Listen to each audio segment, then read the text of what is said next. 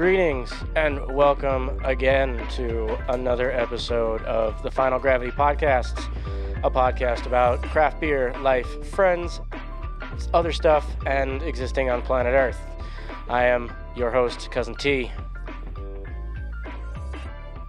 The Viking Peaches here as well, as always. What's up, everybody? As always, and right behind him, as always, just in order of our names, the Groovy Bear, CG Mailer. We're here. Groovy Bear. Everybody in the house. Everybody Full in house the here. house. Full house. It's full house here. Everybody back. Everyone, of course, standing 6 feet apart. We've spread our wingspans, and we are making sure we're Get not. your hand out of we're my not- video. we're Let's not see if I doing can touch that you guys. shit. God, it still goes no, on. Not quite, not quite. Not quite. We started a podcast during a pandemic. That was dumb. We'll never be able to, to get out of our protocols now.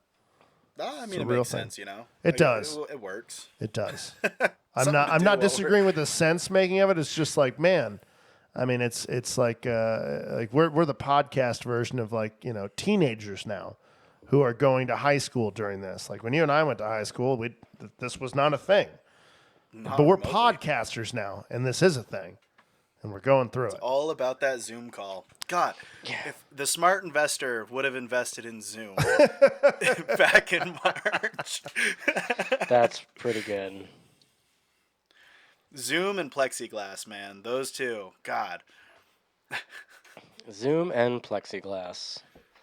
Actually, if investors were smart too, they'd have jumped on that Disney train.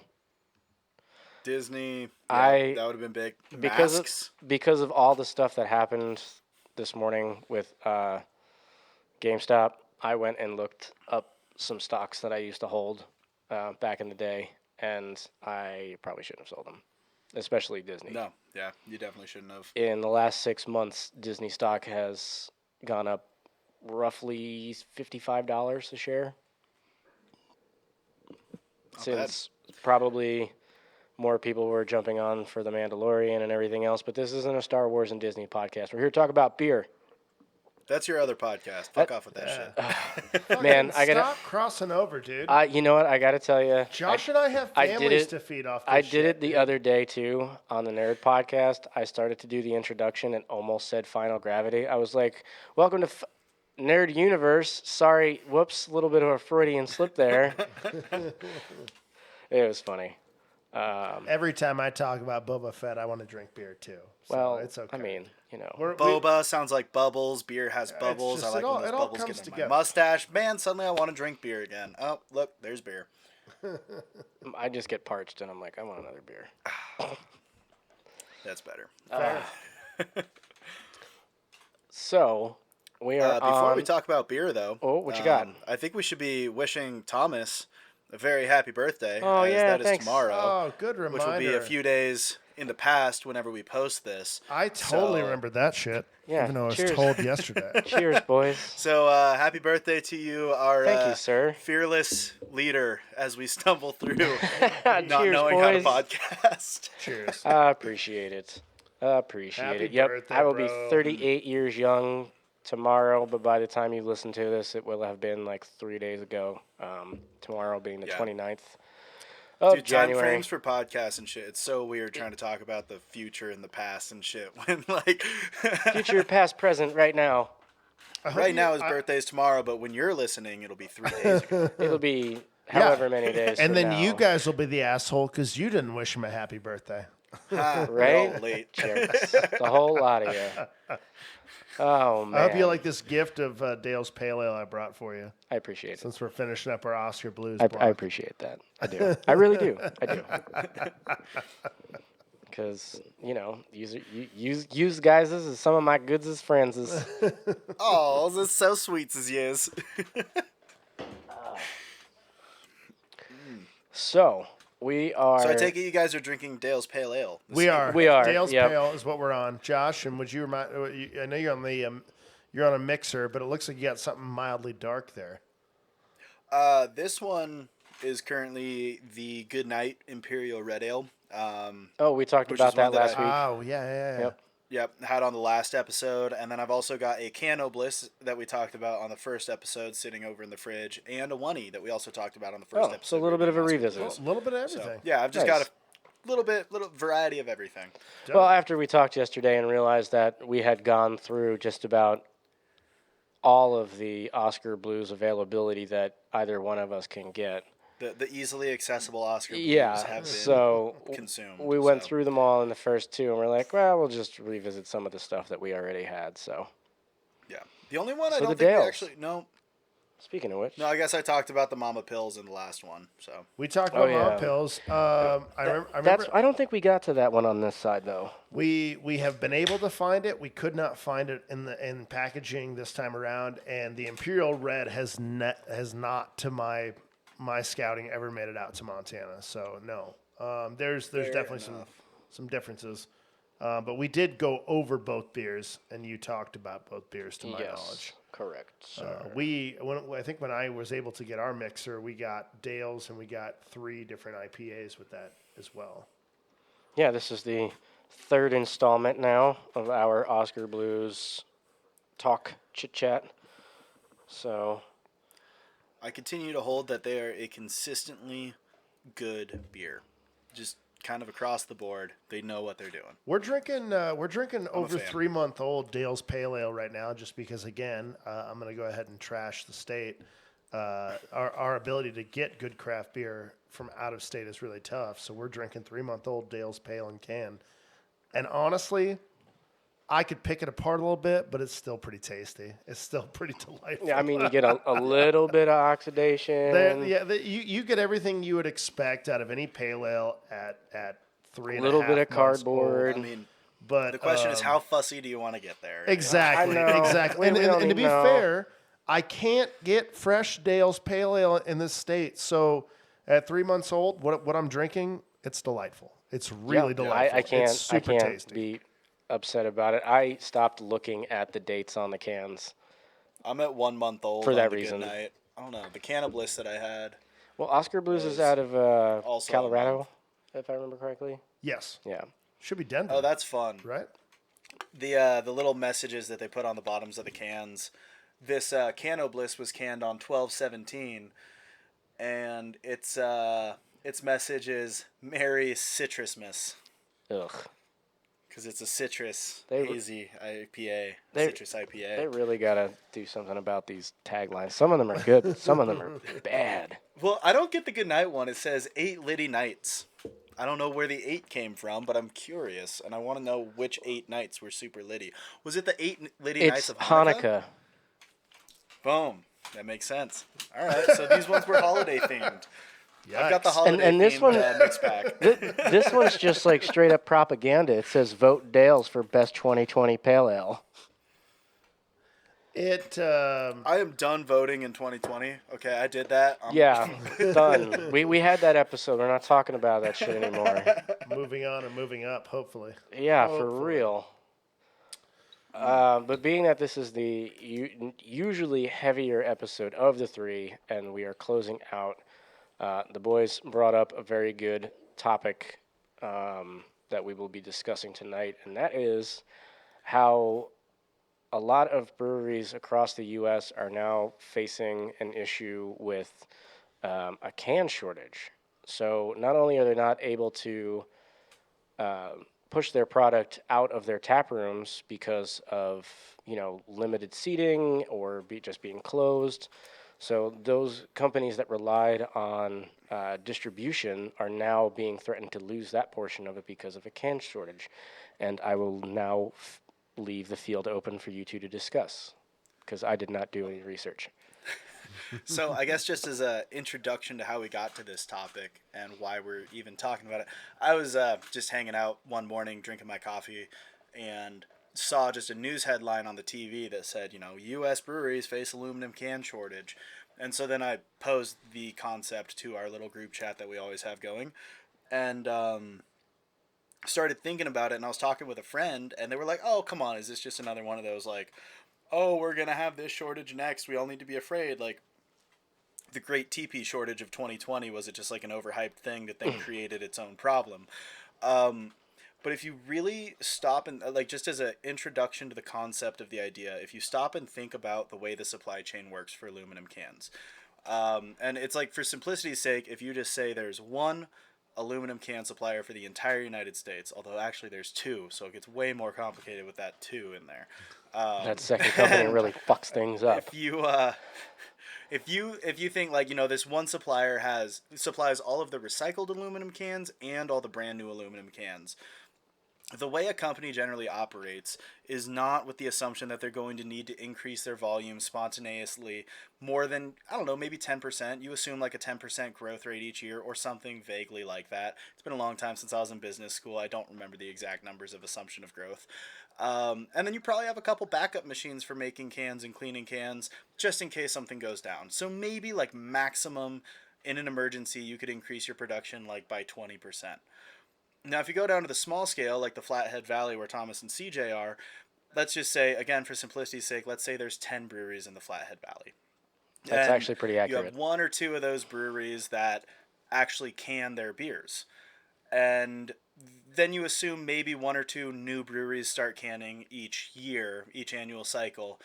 So on average, you're growing maybe about 10%. You've got one or two breweries canning and one growth onto that. And most of these breweries don't have in-house canning systems. It's like a mobile canner who comes and starts canning for them.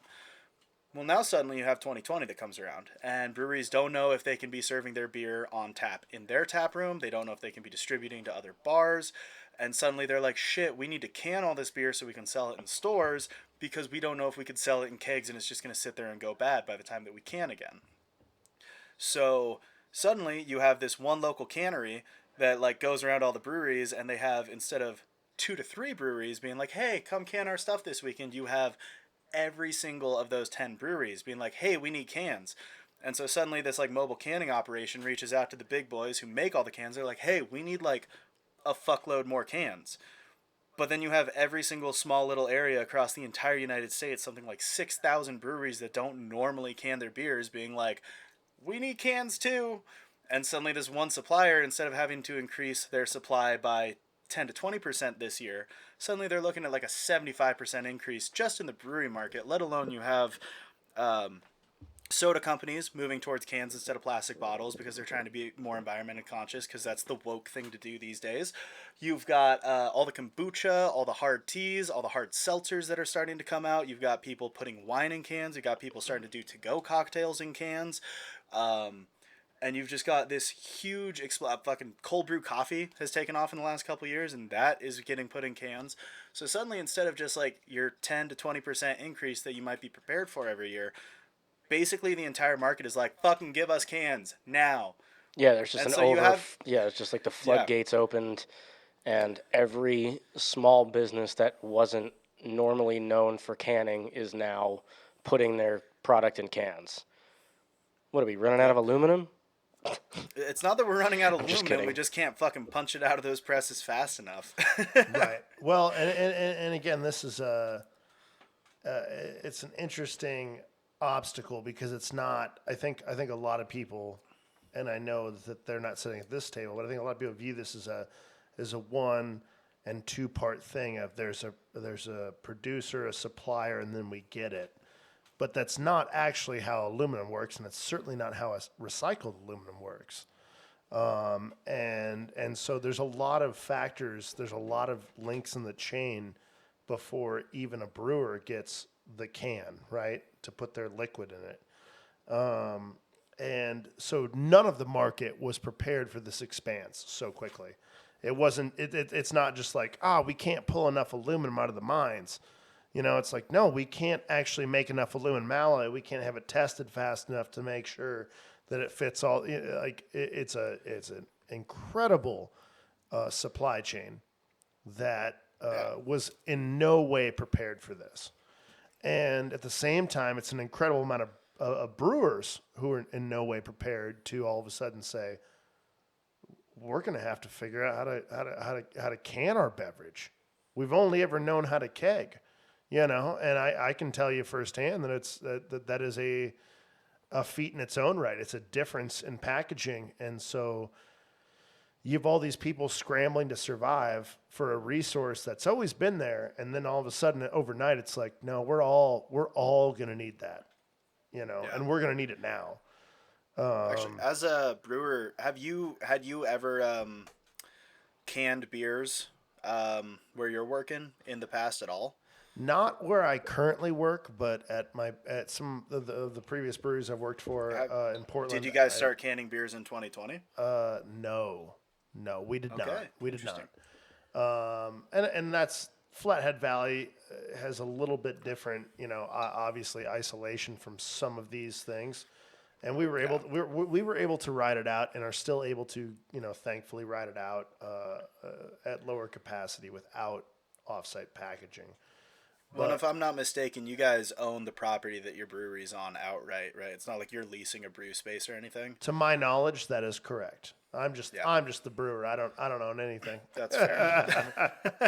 But to my knowledge, that's correct. Again, we've been able to ride it out without offsite packaging. But I've worked in packaging breweries, and I respect packaging brewers, and it has been a thing. It's a crazy switch to all of a sudden just say overnight, instead of selling kegs, we're gonna sell cans. You got to buy at least a pallet, if not a whole truckload, for them to show up. And even Bueller. Who's got a hot date tonight, guys? Bueller. Okay, it turned off. When you're sitting in your dad's office and the phone starts to ring, oh no, it was the fax machine. That makes sense. Hold on, I'm getting a fax. Got a fax coming in, boys. I'll be right back. My beeper is going off. Yeah, my two-way just went off. I gotta hit this quick. God damn it. Well, surprisingly, fax is still one of the very Medicare compliant things where with the privacy and everything required for HIPAA laws, faxes are a very secure way to do that. So my mom actually does receive quite a few faxes throughout the day here. Now that she doesn't have a big office that she does everything in, they just get faxed to our house. But, fun. Yeah. Well, now we all feel like assholes for making fun of your mom. Speak for yourself. We are not going to read this fax on this episode because it's probably illegal. But. Anyhow, all right, let's get back in this. TJ, you were making a point about just the breweries around here and your company specifically not canning. And some companies have been able to not do it. It's just like Josh had alluded to with what is causing the quote unquote crisis, the aluminum shortage is just. I don't think you should be reading that either. It's not at all illegal. The toner doctor, Ink and Toner, are sending advertisements via fax for people who have assholes. Fax machines. These assholes. Are you running out of toner? Oh no, I can't read the rest of the ad because I'm out of toner. 1/16 of a tree just That's died hilarious. For that ad. All right. Anyways, I didn't realize you got spam on a fax machine. Wow, they'll find anything these days. Jesus. Now we know. All right, I don't want to edit all this out. Let's get back to the beer talk. Back to the beer talk. My point was more just really agreeing with you and agreeing with you from a different lens that it's just one of those things where again overnight the industry has shifted and it has had to make a hard decision of.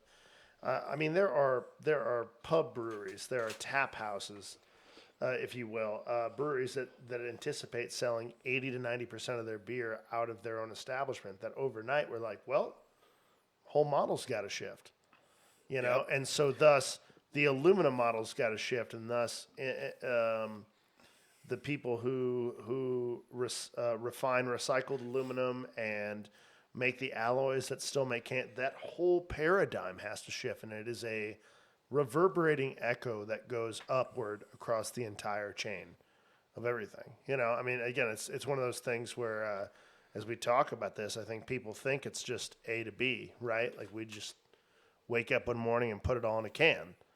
And it's not, the can has to go through. The can has to get there too. Yeah. Yeah, there's a process. We don't.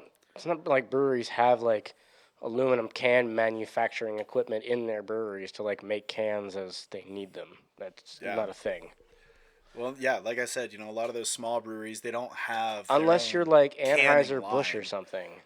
I'd like to point out that while we're doing this episode and talking about the supply chain issues, we are actually drinking beer out of aluminum cans, and we really appreciate the producers who are making those aluminum cans. And I would like to point out The two of them. Josh in the and I are entire both fucking sponsored United by States. aluminum cans. I don't know if you knew that, T. And no, I had to go bring like 140 pounds worth of aluminum cans to get like $12.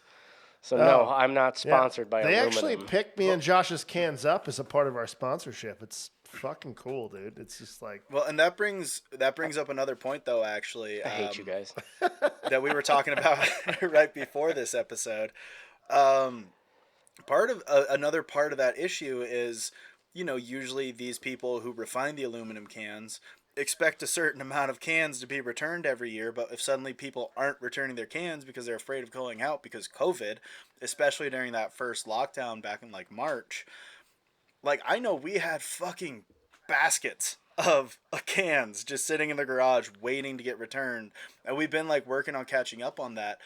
But the supply chain of returned aluminum and recycled aluminum cans got totally cut off.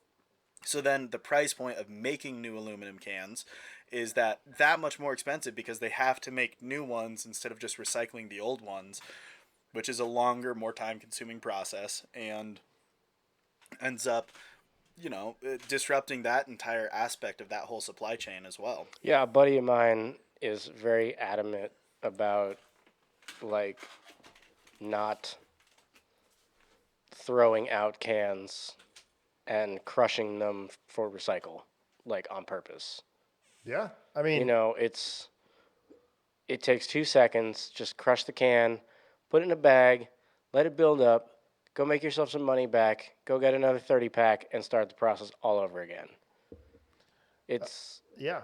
I mean, I can't say that I'm 100% good about recycling cans all the time, but living with this dude, it's like we crush and save the aluminum to be recycled on purpose. Oregon has recently implemented a really cool program that I think is actually helping a lot with the pandemic returnability.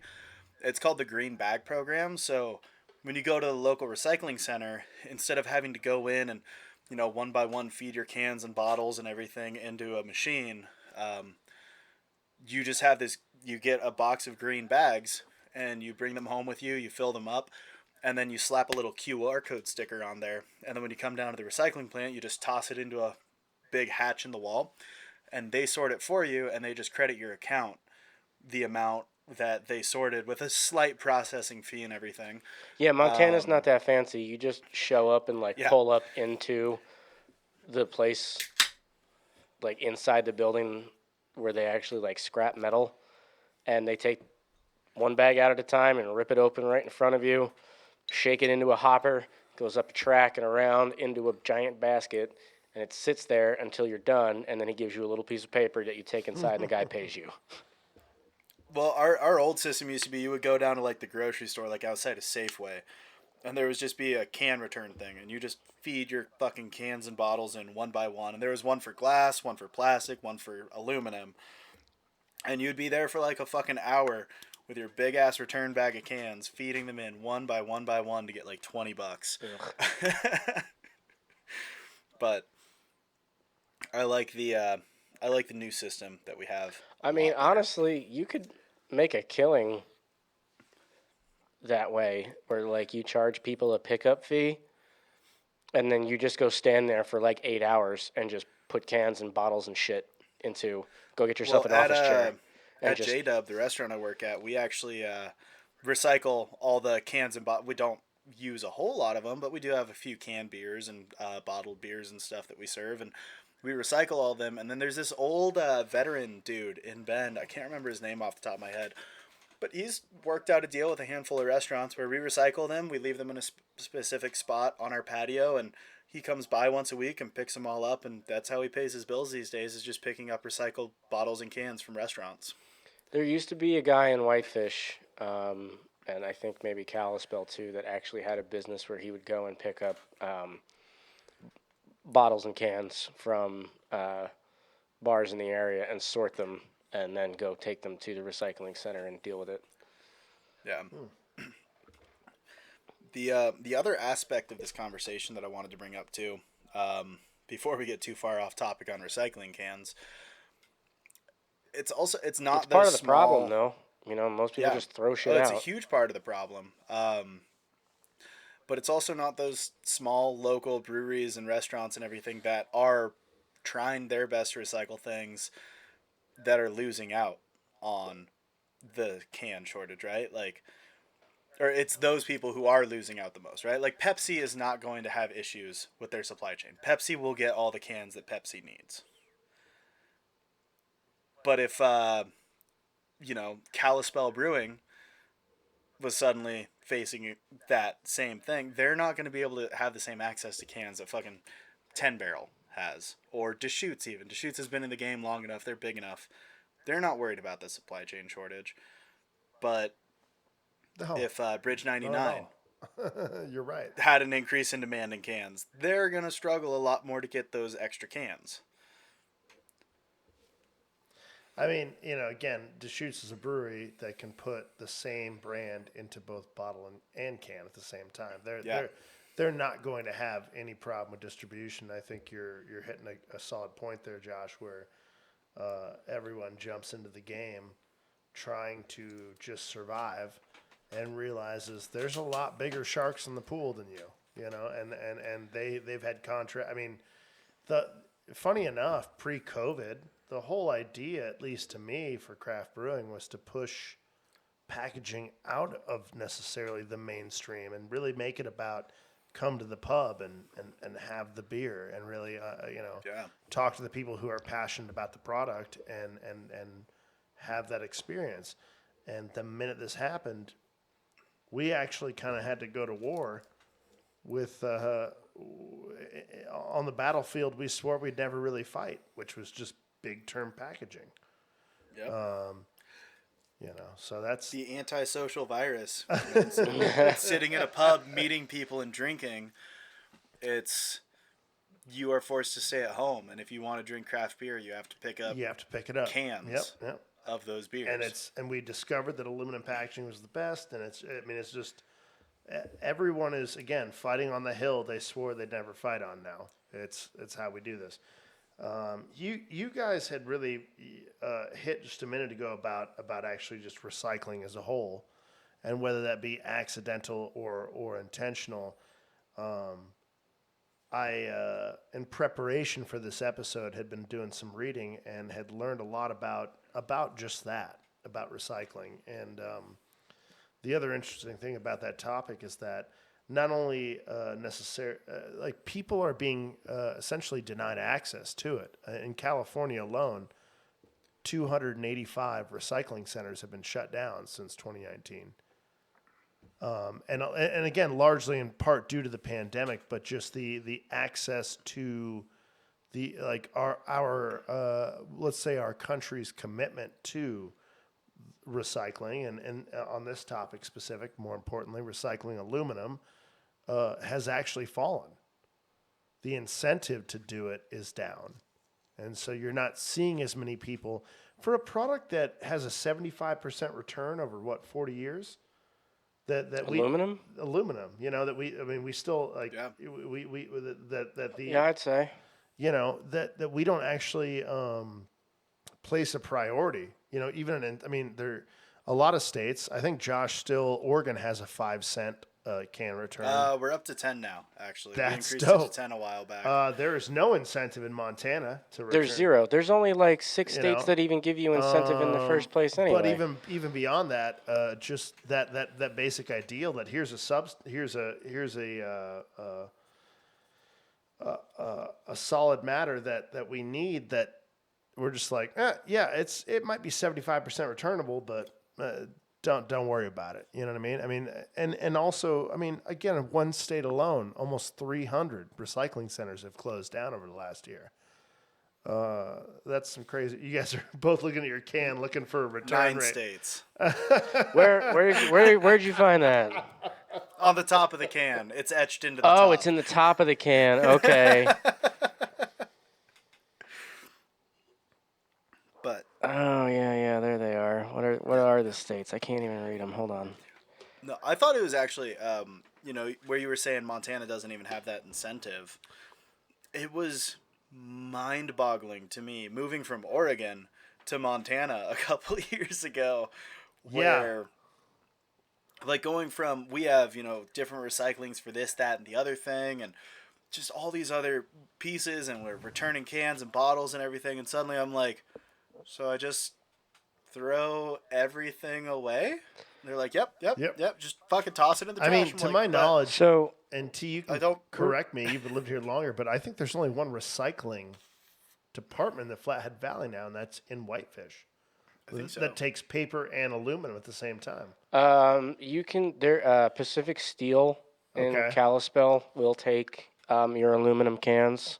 I don't know if they do um, paper or anything else like that, but there is, yeah, just like you said, the To our ones. joint knowledge, there's only one recycling center that can take Yeah, the spot in everything. Whitefish, but those dumpsters barely like. Oh, Those, they don't hold shit. well, They it's fill not it even so that they fast. don't hold shit. It's just that everyone goes and fills them.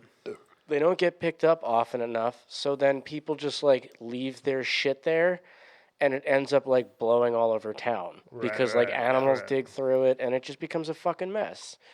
But the states listed on the top of this can for a 5-cent return are Connecticut, Maine, Vermont, Massachusetts, New York, Hawaii, and Iowa. I think Yep. IA, yeah. And then your 10-cent are Oregon and Michigan. Those are commie states, to be sure. Fuck commies. All those fucking socialist commie fascists over in Oregon. But it does tell you on the can that to take a photo of this can and show that you're not stopping despite the dumpster fire that is the year 2020. Okay. It says that on yours? It says that on my can. Here. That's hilarious. Oh yeah, we have the 2020 edition Dale's I Pale don't know Ale. if Look Which at that. I don't know if I can get it to focus. congratulations on Oskar Blues Oh, for I had it. making that statement. Can you read that? That's a yep. Hold Well, on. and I that's mean, I've the got you guys on tiny screens. that's on the mine, blue so it's hard label, for me to right? read The it, red but label the says viewers something will more see about it. There, yeah. Anyway, I'll get that out of my face this way. The one moment that I still remember so well, it was like I don't know, fucking. I was in Montana for a week and a half, and I was working. I was already working 2 jobs, and I was down at the Army Navy store, and they told me to take the garbage and the recycling out, and I was like, okay, cool, I could do that. The recycling meaning literally just cardboard, because that was the only thing that businesses had a dumpster to recycle, right? It wasn't like all the recycling, it was just the cardboard. Everything else went in the garbage. But I remember so specifically, those little display cases for lighters that have just the foam insert to hold the lighter, and the rest of it is cardboard. She was like, "Oh yeah, and I mean, that one you could just throw it away. Just it takes too long to fucking separate." I was like, "Literally pull the foam out and recycle the cardboard." What? What?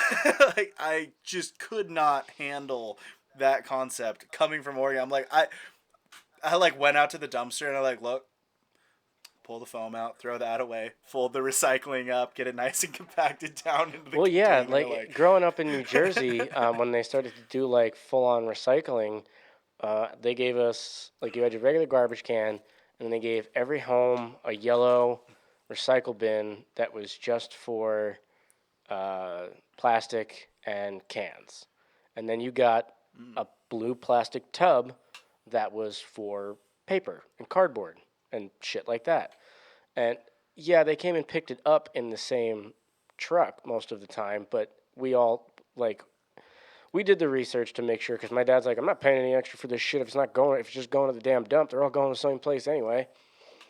So we actually did the research, and they actually had like separate facilities all in like the same kind of compound area where like the trucks would show up and drop their glass and their plastic and their aluminum into one thing, and it would get sorted, and then paper would just basically go to an incinerator or wherever it was going to be recycled. Probably, I don't know. I don't know anything about recycling paper other than burning it. Honestly, I don't know much beyond I recycle, but I mean, I figured That you would have sentence fell gotten all apart of on me. like the stumbly words out when you did your ski report earlier today. That was literally the thought that I had. I was like, cool, if he does this like snow reporting stuff every day, like he gets all of his tripping over his words and everything out of the way before he comes to the podcast, it's gonna be great. No, I I usually was nail wrong. that ski report in one take. Actually, I think the most it ever took me was 3 tries to get it. But That is hilarious. no, CJ, I'm sure you know from Oregon. Like we've got our trash can that we take down to the end of the driveway to Right, get right. picked up. Then we got the big blue bin that has like literally all your paper, cardboard, plastic that can Oh, be it can recycled. all be together too. It's just a fucking Literally pile of anything shit. that can recycle, you just put it in there. Yeah, And then the only yeah. other separate one you have is a glass recycling bin. And for us, we just take that in somewhere every once in a while when it gets full. Right. Some places, like some neighborhoods, you can even pay for that and you set it out with your trash, your recycle, and your glass bin. And they'll even pick that up for you. Yes. Pretty fascinating program for a shithole country and a communist state. It's pretty fascinating. No, like you, when I moved out here, I was very shocked that like when you grow up with that stuff, when you literally grow up with that stuff for 10 years, like I just walk my glass down to the side, they come pick it up and they supposedly take it to a recycling company and fucking do their job. And then you go to a state where it's like, oh yeah, you just throw that shit away. Yeah, that blew my mind when I first moved here too. I was just like, I just Wait, couldn't handle it. Like, well, I mean, there was recycling when I moved to Montana. Like they recycled glass, and like I paid for recycling when I was at my house, but I don't know where it goes. Cause like the recycle bin, I filled with like everything, like paper, glass, cardboard, plastic, cans, probably some stuff that shouldn't go into a recycle bin, but it's recyclable material anyway, you know.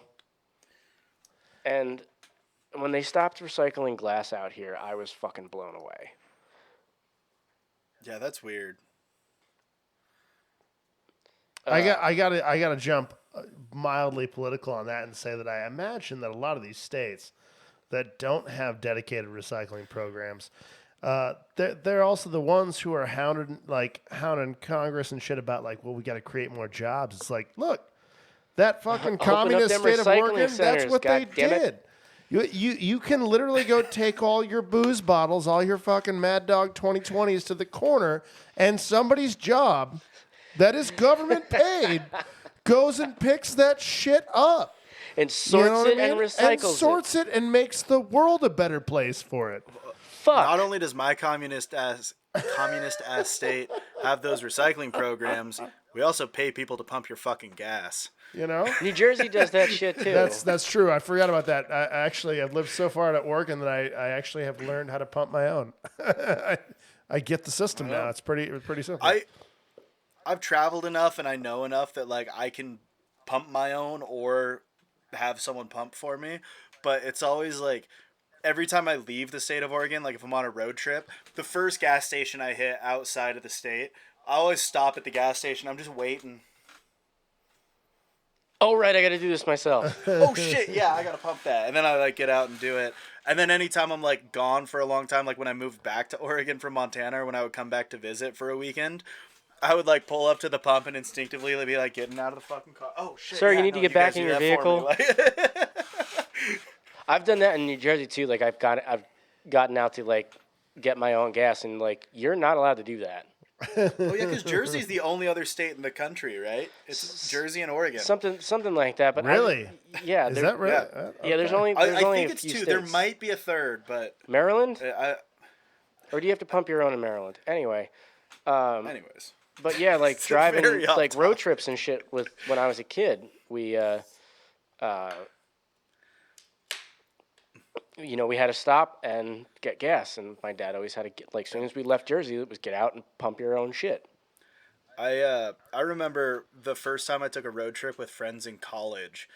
There was one of them who had just never really been outside of the state of Oregon. He born and raised in Oregon, and we all took a road trip out to Montana together. And at the first gas station, he's just sitting there, and he's like, Where's the fucking attendant? We're like, dude, you got to pump it yourself. And like we had to teach him how to pump his own gas. That shit was fucking hilarious.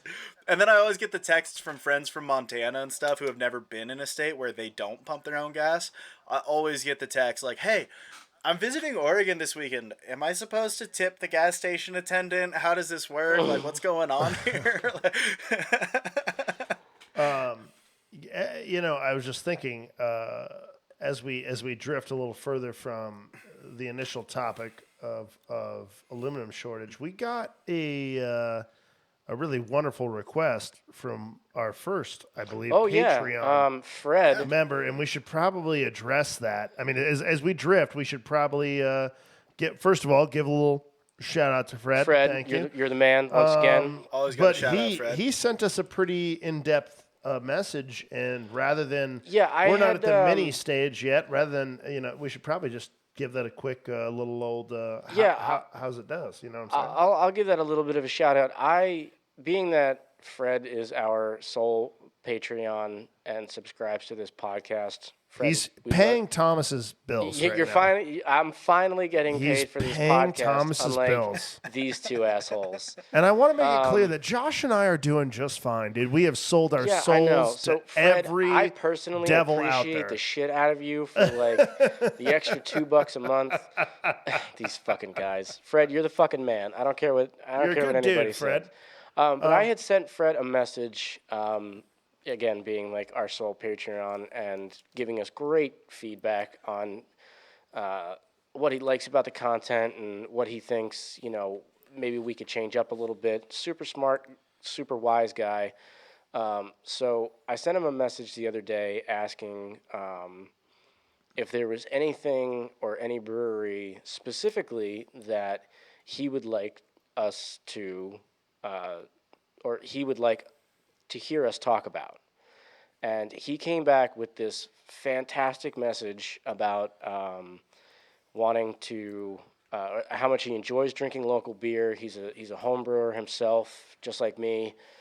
And after listening to our episode on dark beers for dark times, That was so long ago. it was so long ago.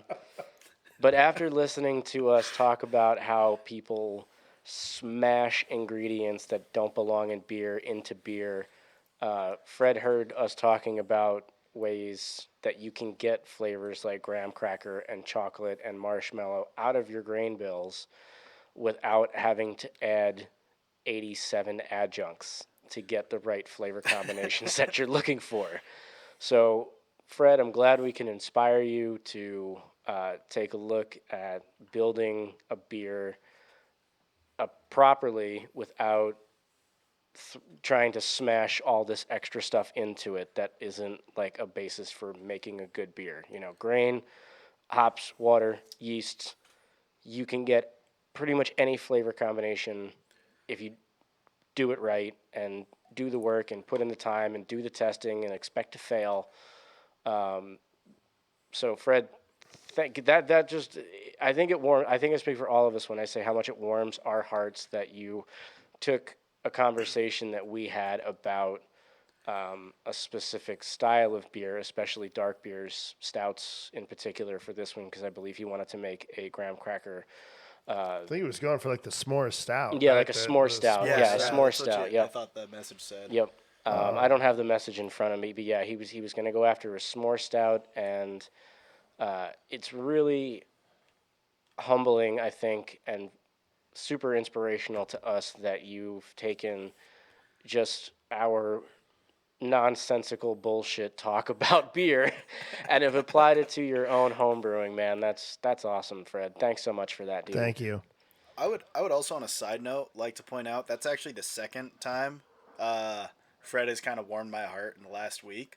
For those who don't know, I am way too fucking connected on social media right now. I've got 4 Instagram accounts that I either own or manage between Final Gravity, my own one, my Project Enjoy Everyday stuff, and I just recently started doing these stupid little non-professional snow reports for Mount Bachelor, and Fred was one of the first people actually, to follow my new Instagram account. When I like first announced it and like put a little tag up to it on my personal one, the Viking Peaches, within the first 24 hours, I was like hanging out and like looking at, okay, yeah, oh, this person followed me. Oh, yeah, I know them. This person followed. I got the notification. It was like, Blind Brew Guy followed you.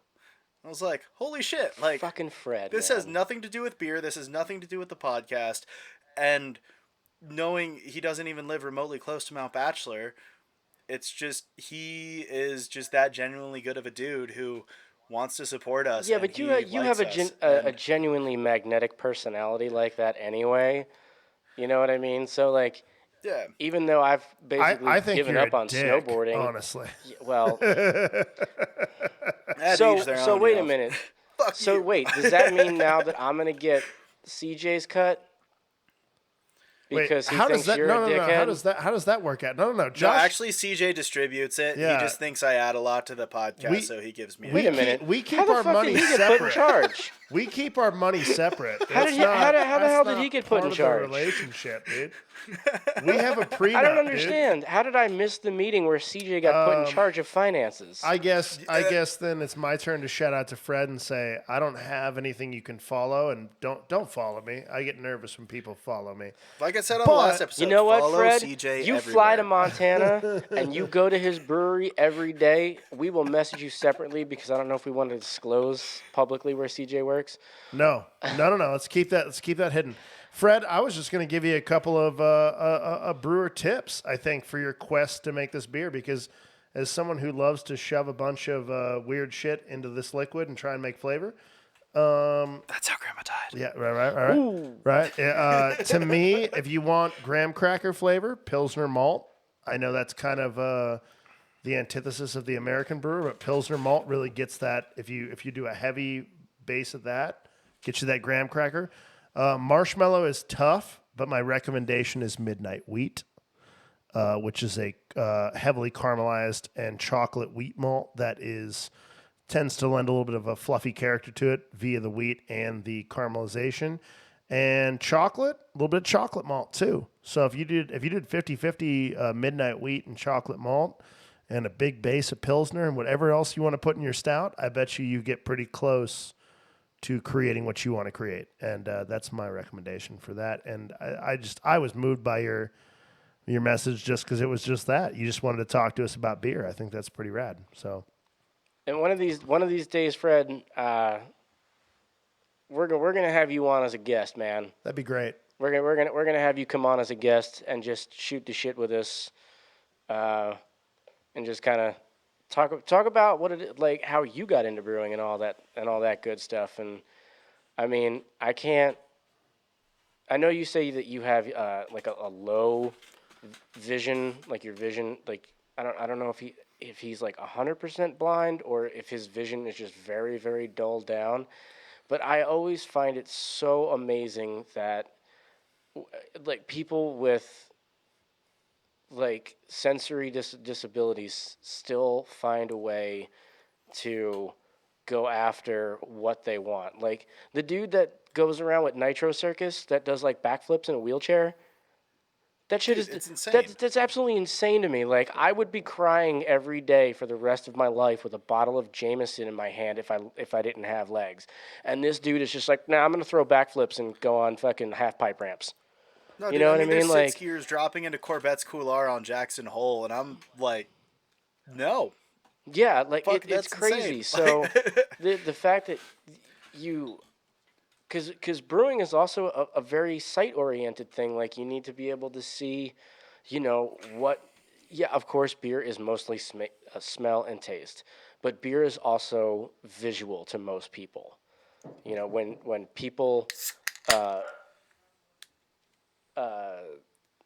When people order a beer at a bar and like if you want a stout or a kolsch or a lager or something of that sort, when they pour it and they bring it over to you, and you see it as it comes over, it's like Pavlovian, dude. Like you start salivating and you can like your brain starts formulating what in your mind this beer is going to taste like before it even gets to your hand.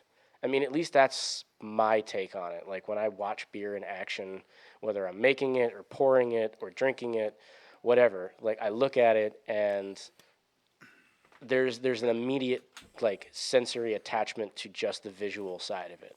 And the fact that Fred has limited capability in that side of it to be able to still probably make damn good home beer or homebrew is just absolutely amazing to me. So, Fred, you're the fucking man. Fred, you are the man. You rock, Fred. We fucking love you over here. Over here in both locations. Over here. Montana and Oregon. Over here. Over here's. Over here's. Over multiple here. Over in the Pacific Northwest, you know, within, I don't know, what's it, 800 miles from us to you, give or take? Hey, boys, I think we're going to have to wrap this up. Someone is at the door. If you want to become a patron like Fred, go to patreon.com/Final Gravity Podcast. You can find me you can find the podcast on the socials at final.gravity.podcast. And you can follow me personally, Cousin T, at _Cousin T. You can find me at the Viking Peaches on Instagram, at the Viking Peaches on YouTube, at Project Enjoy Every Day if you want to check out my clothing line, and also my newest endeavor if you want to check out local snow reports about Mount Bachelor. You can find me at Josh_reports on Facebook and Instagram. Boom! I think that's more than enough stuff for everyone else to follow that CJ That was incredible. doesn't even need social media. You can't I find actually me practiced that before this except episode, at a just local saying. brewery near you. Oh, which shall rename nameless.